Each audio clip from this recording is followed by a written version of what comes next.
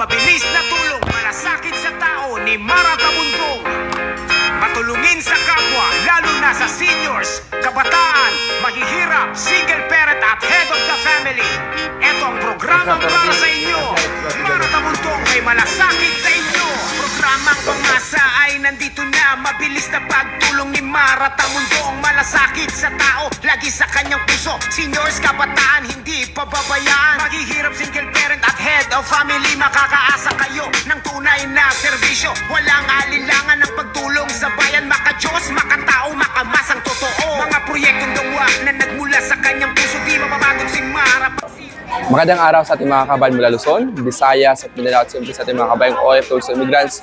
Mga kabayan, nandito tayo ngayon sa Barangay 57, Zone 5, District 1 ng Luzon ng Maynila, kung saan patuloy pa rin ang online registration ng National Commission of Senior Citizens. So, nasa likod natin yung mga senior, at the same time, tapos na din si Mara Tamundong, nag-speech at kinantahan din sila at binigyan din sila ng lahat na nag-participate sa pagsayaw, binigyan sila ng tagwa 1,000. At the same time, lahat ng nakaupo ay binigyan naman ng tagpa 500 pesos.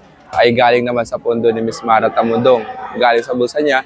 At the same time, patuloy siya sa pagsuporta sa mga programa ng gobyerno na katulad nito, kung saan maraming senior citizen ang makikinabang. No? Hindi lamang dito sa lungsod ng Maynila, kundi pati na rin sa buong bansa. No? Basta ito'y senior.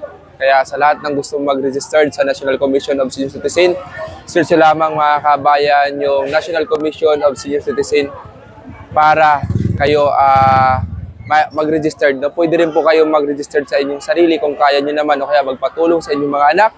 Gaya na sinabi natin, search lamang sa website mga kabayan www.ncc.gov.ph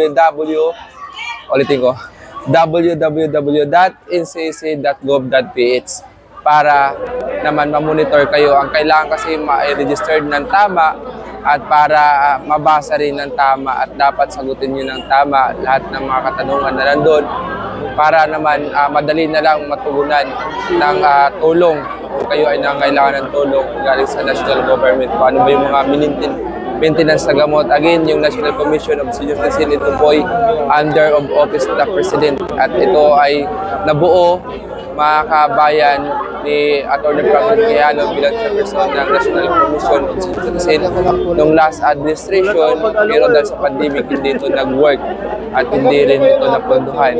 Pero nung pumasok yung administrasyon, napunduhan po ito at nakita ni President Bongbong Marcos na talagang epektibo at makakatulong sa ating senior citizen bilang balik taxpayer. No? Kaya naglabas siya ng pondo na worth of 43 billion pesos para sa ating mga nanay at lolo. Para sa unang-una, wag po kayo mag-alala sapagkat madali lang po ang OLE registration. Umanin po at kayo naghintay sapagkat yung mga encoders po natin, galing pa po yan sa iba't ibang lugar. At sila po kasi ang talagang pwede lang mag-encode sa inyo dahil lahat po ng encoders natin kailangan ay naka-attend ng orientation at seminars from National Commission of Senior Citizen. Bakit po? Kasi napakahalaga na kayo po ay marehistro ng maayos at yung detalye po maipasok. Kasi meron pong mga instances na kahit na nagparehistro na kayo, kung hindi po tama yung mga nasagutan at hindi po nakompleto, hindi pa rin po papasok ang inyong pangalan kapag verify po natin. Kaya napakahalaga po na maintindihan po natin yung mga tinatanong po nila at masagot po natin para hindi rin po masayang yung inyong oras at pagod na kayo ay magre-rehistro pa po ulit. Ngayon, lalapit lang po ako dyan sa unahan.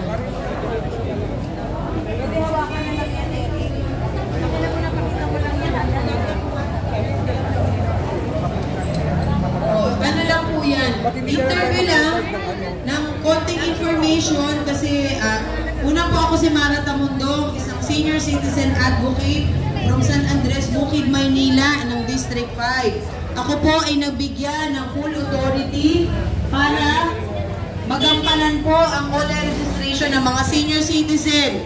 Sandali po, ilapit natin yung speaker. Ayan, dito na lang siguro banda. Pasensya na po kayo kasi paus po ako dahil nga sa kakasalita, nagpapaliwanag po ako. Kasi alam nyo naman, ang dami pong mga senior citizen. Mas madami pa po sa kabataan yata kasi araw-araw merong nagbe-birthday na senior ng mga senior citizen. Kaya naman ako po, mag-isa lamang, maliit na babae, na mamao sa kakasalita, pero kung ito po ay makakatulong para sa ating mga senior citizen, syempre ito po ay mahalaga para sa inyo. Kaya mahalaga din po sa akin na mabigyan ko ng panahon ang aking pagbaba at makapagpaliwanag. Baka mabigay kaya dyan sila Naririnig niyo po ako dyan sa likuran? O gusto niyo 10 speaker pa po? Ako po, naging isang senior citizen advocate. Paano po nangyari yan? Kung tatanungin po ninyo, baka sabihin ninyo, ang bata niyo pang mama. Paano kayo naging senior citizen advocate? Sapagkat nung ako po, tumakbong nung huling halalan bilang konsehal ng 5th District, nakita ko na po, at noon pa naman, nakita ko na ang sitwasyon ng mga senior citizen na hindi po masyado nabibigyan ng programa, hindi masyadong napapansin. Dahil every time na ako po ang may food feeding program sa mga kabataan, ang una pong pumipila sa aking outreach program ay mga senior citizen.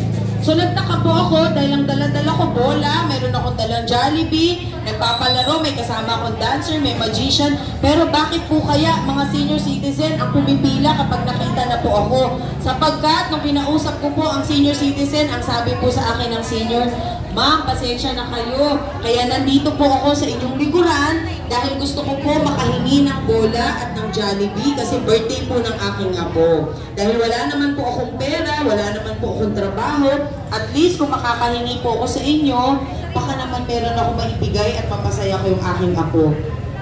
So doon pa lamang, nakita ko na kahit na anong edad ninyo, senior citizen, 60 years old, 70 years old, 80 years old, ang iniisip pa rin po natin yung kapakanan ng ating mga pamilya, yung ating mga anak at mga apo. So doon ko po naramdaman na kailangan sa pagkakataon po ito, bigyan natin ng pansin ang mga senior citizen. Dahil unang-una, bakit po? Kayo po ay naglingkod ng matagal sa inyong pamilya. Nagpaaral ng anak, lahat ng sakripisyo ibinigay, marapat lamang kayo po ay balikan ng magandang programa, bigyan ng pagmamahal at pagmamalasakit. Kaya ito po ay ginawa ko bilang ako po ay isang tao na nagmamahal at nagmamalasakit lamang para sa ating mga senior citizen. Natural po dahil ako po ay may magulang na, may magulang pa at ako isang magulang na rin. Naramdaman ko po kung ano ang hirap na dinaanan ng ating mga senior citizen. Marapat lamang na ako po habang bata pa, 45 years old pa lamang, at least malakas pa po ako na kaya ko pang makatulong at magampanan ang tungkulin para kayo po ay magkaroon ng totoong programa. Ito po, si Attorney Franklin M. Quijano, siya po ang chairperson and CEO ng National Commission of Senior Citizen. Ako naman po si Mara Tamundong, isang senior citizen advocate. Dahil nung kinausap po ako ng National Commission at nakita po na ako ay bumababa sa bawat barangay, nagbibigay ng outreach program para sa mga kabataan at senior citizen, lumapit po sa akin ang National Commission at sinabi, "Ma'am, baka pwede naman matulungan nyo kami na maibaba ang online registration para sa mga senior citizen." Siyempre, sa dami po ng senior citizen at wala namang budget pa ang National Commission, kaya ako naman po ay hindi sila nagdalawang salita sa akin, hindi rin ako nag-atubili na ako po ay tumulong. Bakit po?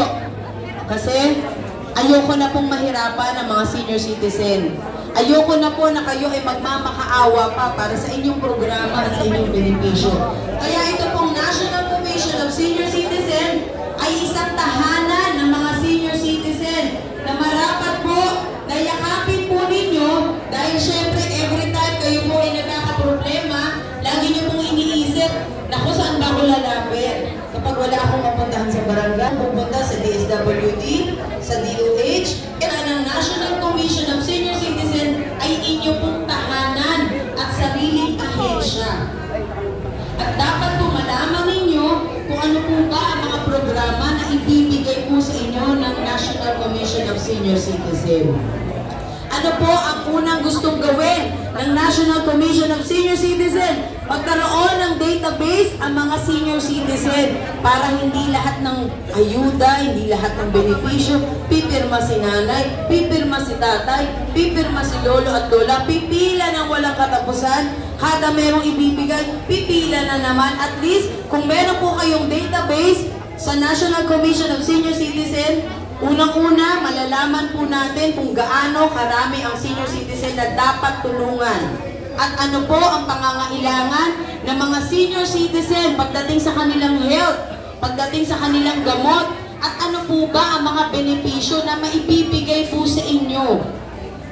Kaya yung database po, mahalaga po yan para kayo po ay madali na lamang mag-update ng inyong information, madali po kayo makalapit sa ahensya, at higit sa lahat, hindi na po kayo mahirapan. Meron na kayong sariling record. Bakit po mahalaga na ito ay face-to-face online registration? Kasi po, kailangan yung tamang impormasyon ang inyong ibibigay at tama rin ang ma-encode ng ating mga encoders. Kasi kung nagkamali nga, hindi rin po papasok ang inyong pangalan, baka maging Gabi Concepcion pa si tatay kapag nagkataon. So, kailangan tamang impormasyon ang ating maibigay at dapat kaharap po at may consent ang mga senior citizen para hindi po tayo lumabag sa Data Privacy Act na kung saan kayo lang po ang pwedeng magsabi ng inyong impormasyon. Dahil ito pong online registration, direkta na po ito sa system ng National Commission. Ibig sabihin, wala na po kayo kailangan fill upan dahil lahat po ng sasabihin ninyo, direkta na po sa system ng National Commission of Senior Citizen. Kaya kami po ay nandito para magbigay ng encoders. Meron na silang dalang cellphone at internet. Ipapaliwanag ko pa po at meron pa po kayong kaunting merienda para sa inyo para kahit paano naman po yung pagpaparehistro ninyo ay hindi po kayo mahirapan. Kasi kadalasan, ang lolo at lola, naku, hindi ko na ito mababasa. Yung cellphone, masyadong high-tech, maliwanag, masakit sa mata, hindi ko na kaya yung mga high-tech na touchscreen na ganyan. Kaya ito po, nandito kami para matulungan kayo at mabigyan ng assistance para hindi na po kayo mahirapan. Kasi alam ko naman po, ang mga senior citizen, hindi na po sanay mag-text-text yan. Kundi manonood na lang ng YouTube para makabalita, makibalita, at meron tayong libangan. Pero iba po kasi ang online registration. Kailangan lahat po ng information ay tama at direkta po na maisubmit sa National Commission of Senior Citizen. Ano po ba ang mapapala natin, ma'am? Kapag tayo ay nakapagparehistro online, nakita nyo, dala-dala ko pa yung bago, wala pa akong oras magumupo at saka bumaba. Ano po ba ang mapapala natin sa online registration? Unang-una po, ang online registration ay para magkaroon kayo ng database. Ngayon, pag meron na kayong database, ang kailangan po ng National Commission of Senior Citizen na maitala po ang mga nakarehistro na halos 12 million na senior citizen sa buong Pilipinas. Dahil nagbaba na po ng budget ang ating mahal na Pangulong Bongbong Marcos na 43 billion pesos para sa health insurance ng mga senior citizen na marapat lamang na ito ay inyong mapakinabangan. Dahil ang health insurance, nagkakahalaga po ng every individual senior citizen ng 5,000 pesos. So kung titignan po ninyo, napakalaking bagay na kayo po ay may health insurance. Ano po ba yung health insurance? Nakatabi niyo yung aking mukha dyan sa ano. Ano po ba yung health insurance? Meron po kayo, entitled kayo sa 5,000 pesos health insurance na kung saan kayo po ay magkakaroon ng libreng laboratory, libreng check-up sa mata, sa tenga, sa puso, ultrasound. Lahat na po na pwedeng maibigay sa inyo, pati po gamot. So bakit po tayo mag-aalangan na tayo po ay bumaba at tumulong? Para naman malaman ng mga senior citizen na may ganito po kayong programa. Actually, sa totoo lamang, ako po ay napag-iisipan pa ng hindi maganda dahil sabi nga nila, si ma'am, bumababa. Siguro, makakampanya lang to, namumuliti ka. Alam po ninyo, masyadong maaga para sa isang katulad ko na ako po ay bumaba right after election. Ginawa ko na po ito, tumulong na po ako. Bakit ko po gagawin? Kung ako talaga ay totoong politician, hindi po ako bababa. Kundi bababa lamang ako kung ako'y makakampanya na. Pero ito po ay ginawa ko. Dahil sa nakikita ko, hindi na po natin kailangan paghintayin pa o maghintay na kampanya para tayo po ay tumulong. Kailangan, kung talagang nasa puso mo ang pagtulong at pagmamalasakit, bababa ka kahit anong oras. At ang gusto ko lamang ay makatulong sa mga senior citizen natin na syempre dapat man lang malaman po ninyo ang programa na para sa inyo. Nay, huwag kang mainip, Nay. Hindi sila aalis hanggat hindi po kayo matatapos. Ako po ay nandito, hindi pa nag-aalmusal, hindi pa nakakainom ng tubig. Pero dahil nga sa pagmamadali ko rin po, dahil gusto ko maibabaki agad ang ating mga enrollers, ang isipin po natin na ito, ano po ba ang meron dito sa online registration? Lagi nyo pong tatanungin kung para saan po ba ang programa na ito. Kasi kahit na magmadali po kayo, Nay, kung hindi nyo naman maiintindihan ano po ang nakapaloob dito sa programa, pag uwi nyo po ng bahay, ang sasabihin nyo, sayang yung oras ko doon, pumila lang ako. Na sayang dapat nakapaglaban na ako, nakapagsaing na ako, nakapagsimba na ako. Pero kung kayo po ay makikinig at malalaman ninyo kung ano po ba ang nakapaloob dito sa programa, at least yung pag-upo nyo po ng isang oras dyan na mahigit, malaking bagay po para sa inyo ng buong taon at susunod pa ng mga taon. Kaya sana po, yung mga senior citizen natin, alam naman po natin na syempre nakakainip, kung bababa ka, maghihintay ka, pero tandaan nyo po, ito po ay health insurance para sa inyo. Dahil gusto pa po natin humaba ang buhay ng mga senior citizen. At hindi lamang humaba, kundi maibsan din po yung mga nararamdaman ninyo, yung mga sakit ninyo, na matulungan po kayo ng ating gobyerno. At ito naman po ay ginagawa ng ating mahal na Pangulong Bongbong Marcos para matulungan din po kayo at maabot ang programa para sa inyo. Ako po ay katuwang niya po. Actually, ito pong ginagawa ko ay sarili kong pong pera, sarili kong oras, sarili kong pagod. Hindi po ako diniktahan, ako ay bumaba. Hindi po ako binigyan ng pera para bumaba. Ito po ay sarili kong pondo. Na sa tingin ko po, panahon na rin para mayroon naman totoong taong magmamalasakit sa atin. Hindi po natin kailangan ng politika sa ganitong programa. Kasi bilang isang tao, mayroon po tayo lahat ng karapatan na kailangan tayo po ay makinabang ng direkta sa programa ng ating gobyerno. Kaya kung tatanungin po ninyo ako bilang isang magulang, iniisip natin ang kinabukasan ng ating mga anak. Pero dapat isipin din po natin kung ano po ba ang naghihintay para sa inyo pag tumutong po kayo ng 60 years old. Ako, malamang 15 years na lang magiging senior citizen na rin po ako. At least ito pong nagawa natin, makikinabang din po ako pagdating ng panahon. Kaya yun lamang po ang maisasagot ko sa mga taong nagtatanong kung bakit ko po ito ginagawa. Alam po ninyo, kapag ang puso mo talaga nasa tao, nasa pagtulong, siguro wala na pong tamang panahon. Kung hindi kailangan magmadali po tayo, dahil kung ang budget nandyan na at hindi po mapasa inyo, yun po ang pinakasayang sa lahat. Natural, kailangan po ng online registration, kailangan ng mga senior citizen. Kasi pag binaba po yung budget, sino po tutulungan kung wala mga nakarehistro? Baka mag-magic na lang yan, mapunta kung saan-saan, sayang naman po. Sayang din po ang pera kung tayo nga nagtsatsaga sa 500 para sa ayuda. Ito po ay 5,000 pesos na health insurance ninyo na makikinabang po kayo at makakatulong sa inyo. Kasi imbis na gumastos kayo ng laboratory at pang-check-up, at least maitatabi niyo po yung pera para sa ibang mahalagang bagay. Kaya sana po, ako nakikiusap na po sa inyo, huwag niyo po sanang baliwalain ang programa ng National Commission of Senior Citizen. Pwede niyo pong i-check ang kanilang website, www.ncsc.gov.ph,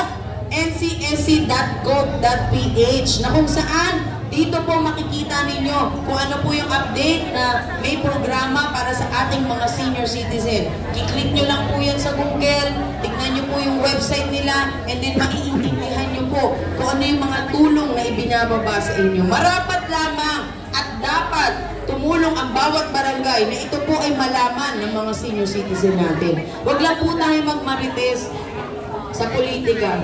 Kasi ang politika, marites lang yan. Pero ito po, kapag minarites nyo sa mga katulad ninyong senior, marami pong makikinabang ng mga senior citizen. Hindi naman po sila galit, hindi naman po siguro nape-pressure dahil nako, ang mga lolo at lola, mahirap paghintayin, mahaba, masyadong mahalagang oras kasi maraming ginagawa. ginagawa. Pero ito naman po, kahit maghintay tayo ng 1, 2 oras, 3 oras, para lang kayo nanood ng sine, at least pag tayo po ninyo dito, umuwi kayo sa bahay, nakahintay kayo. Kasi naintindihan nyo, aba, meron palang programa sa amin, ang gobyerno. Aba, meron palang concern din sa amin. Kasi kadalasan mo ng mga senior citizen, sinasabi, alam mo Iha, ako pagod na ako dyan, pipila na naman, 500 pesos, eh kulang pa nga yung pamasahe kung uuwi pa ako ng bahay. Eh paano kung magutom ako sa kalsada, kakain pa ako, kulang pa yung 500. Pero ito pong 5,000 pesos na health insurance ninyo, I think malaking bagay na po ito. Kasi kahit paano ang hirap po ng buhay ngayon, bawat sentimo nagagastos po natin dapat para sa mahalagang bagay. Kaya ako naman po, kung tatanungin ninyo, Madam, Ma'am, bakit po kayo gumagastos? Aba, unang-unang sagot ko dyan, hindi ko naman madadala sa kabilang buhay ang kayamanan, kundi ang madadala ko lamang ay ang pusong totoo at pagmamahal na kapag dumating ang panahon na makaharap ko ang Panginoon, at least masasabi ko, nagampanan ko ang pagiging isang tunay na tao. Kaya ako naman po, lahat ng ginagawa ko para sa inyo at sana kahit paano, makatulong po ako sa inyo ng malaki kasi siguro hindi nyo pa po ma-appreciate ngayon, pero in time, makikita po ninyo na ang programang ito ay lalago ng lalago hanggang sa mga senior citizen natin hindi na po ma-stress. Sasabihin ni tatay, wala yan, hindi na ako na-stress ngayon kasi meron na pala tayong health insurance, pwede na pala tayong may sandalan kahit paano, na meron tayo magagamit kapag talagang walang-wala po tayong pera. Ayun, sige tayo. Ayan, mabilis lang po yung ating, ayan, kaya pala nakatingin kayo dun sa tarpaulin ko po, ano? Kasi sabi niyo, ba, sino ba itong babae na ito? Siya nga, ng time na yan, pumayat-payat pa po ako, natural. Ngayon lang ako walang time mag-exercise. Dahil nga mula nung naging senior citizen advocate po ako, wala na akong oras. O nanay, tatay, huwag kayong mag-alala. Huwag po kayo magtulakan, kasi lahat naman po kayo ma-accommodate. Ang every online registration naman, it will only take 5 minutes or 2 minutes, pinakamadali. Kaya ako nandito po para kahit paano, malibang kayo, maisip po ninyo kung ano ba para saan po ba ito. Lagi niyo pong tandaan, maraming karapatan ang mga senior citizen. Maraming pribilehiyo. Kailangan lamang maging aware po tayo. Ayan, si tatay. Aba, talaga naman sila nanay. Maraming salamat po. Opo, maraming salamat po, maraming salamat. Huwag po kayo mag-alala dyan. Huwag po kayo mag-alala kasi hindi po kami aalis. Tatapusin po namin hanggang kayo po ay lahat ay marehistro. Kaya sana po, naintindihan po natin yung programa. Ako po, kung tatanungin ninyo, excited nga ako maging senior eh. Kasi kahit pa paano ngayon, nakikita po natin yung progreso para sa mga benepisyo ng mga senior citizen. Ako naman po ay may programa every Saturday, 1 to 2 p.m. sa Media House Express. Mapapanood niyo po ako dyan every Saturday, 1 to 2 p.m. Ang programa ko po na ito ay nakatutok para sa benepisyo at karapatan ng mga senior citizen. Ito po ay tinatalakay po natin, lahat po ng katanungan at yung mga pagtulong na aking ibinababa. Kasi ako po ay bumababa sa bawat barangay, nababaan ko na po ang buong Pink District. Tumatalo na po ako sa ibang distrito para makatulong. Nagbibigay po ako ng financial assistance, medical assistance. Ako po ang mismo nagdi-deliver kailangan po ng isang senior citizen. At kung may bedridden tayo ng mga senior citizen, kami po mismo ay bumababa at pumupunta sa tahanan na hindi makakapagparehistro para lumabas. Kami na po ang direktang pumupunta at dumadalaw sa kanilang tahanan. Kaya masigit ko pong naunawaan kung ano po ang sitwasyon ng mga senior citizen. Na sana mayroong libre therapy para sa mga senior na na-stroke. Okay, sandali, isa-isa lang po. Oo, isa-isa lang po. Upo muna po kayo. Huwag kayong huwag kayong mag-alala. Ayan. Ganun po ba?